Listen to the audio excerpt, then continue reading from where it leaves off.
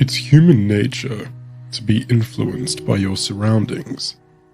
The people around you, their mannerisms, their habits, and their beliefs. These surroundings inescapably shape a person's behaviors. Even if you are rebellious against the norms and behaviors of those around you are still defining what you rebel against, and therefore the opposite of what you do, and therefore what you do. Your understanding of who you are comes largely from the comparisons you make against yourself and others. For most ambitious men, this leads to a very dangerous thing: delusion. When you aspire to reach the pinnacle of your chosen field, make an impact on your industry, and become immensely powerful, you view yourself as a success in the making, just for having that vision. When you are surrounded by people who have accepted a more modest career and financial future, it can be easy to fool oneself into a false sense of premature achievement. Unless you have actualized the success you envision, your mere aspiration for success does not differentiate you from those who have given up on it entirely. It does show self-belief and optimism that you seek prosperity, but ultimately, the proof is in the pudding. Don't have an ego over plans that you're yet to carry out, as this is a common affliction of those just beginning on their journey to the top, and one that slows them down. If you think you're better than you actually are, you'll likely skip important steps, mistakenly thinking that they are beneath you. Secondly, you must avoid comparing yourself to people with more modest goals. It breeds delusion. If you want to be in the top 1% of your field, or rarer, you cannot afford to use the average person as a reference point for how productive and skillful you are. You could be significantly outperforming the average person, but only be operating on a level that places you within the top 20%. And there are major differences between the work ethic, consistency, focus, efficiency, and overall level of the top 20% and the top 1% or rarer.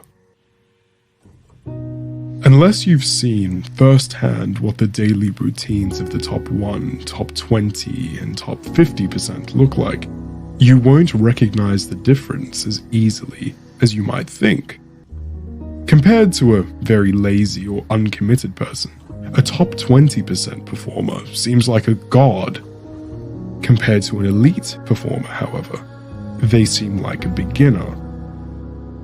Since most people are average, and people compare themselves to their surroundings, a lot of top 20% performers are brainwashed into thinking they are already in the top 1%, lacking the urgency and drive that they would have at their level if they truly understood their level.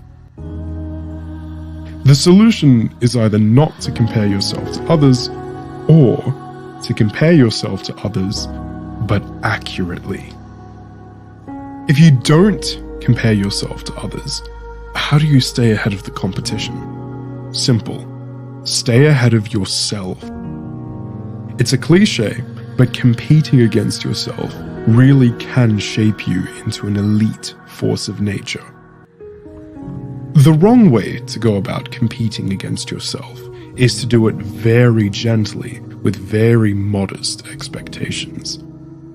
The purpose of avoiding the comparison of yourself against others is not to go easy on yourself or to lower your standards. Since you know firsthand how productive you are, how skilled you are in your field, how strong and healthy your habits are, you can keep yourself accountable to making major improvements in both inputs and outputs every week.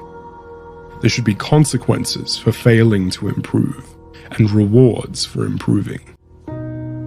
We recommend measurable goals for both inputs and outputs. An example of a measurable input goal is to increase the amount of hours spent upskilling in your career. An example of a measurable output goal is to complete a currently unfinished project.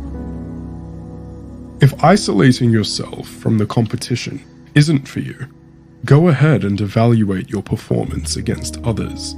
Just make sure you know exactly what you're comparing yourself to. Don't be satisfied with outperforming those around you if you've been in the game for 5 years and those around you are only beginners. And likewise, don't get too down on yourself if you're not up to the standards of elites yet, but you started in your field a year ago.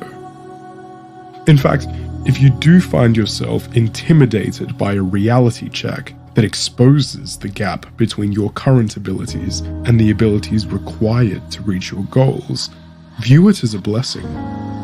Now that you know what is truly expected, you have clearer goals to work towards and higher standards. The best criteria to make use of competitive comparison, whether against yourself in the past or others in the present, is progress.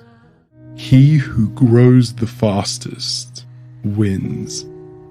So if you can say that you are gaining skill and generating better and better products, performances, services, or creations at a faster and faster rate, don't slow down. The rewards are on their way in impact, recognition, compensation, and in personal pride. If you're finding that your reference point is the average person, that needs to change. You cannot let the average person brainwash you into having low standards. Good day.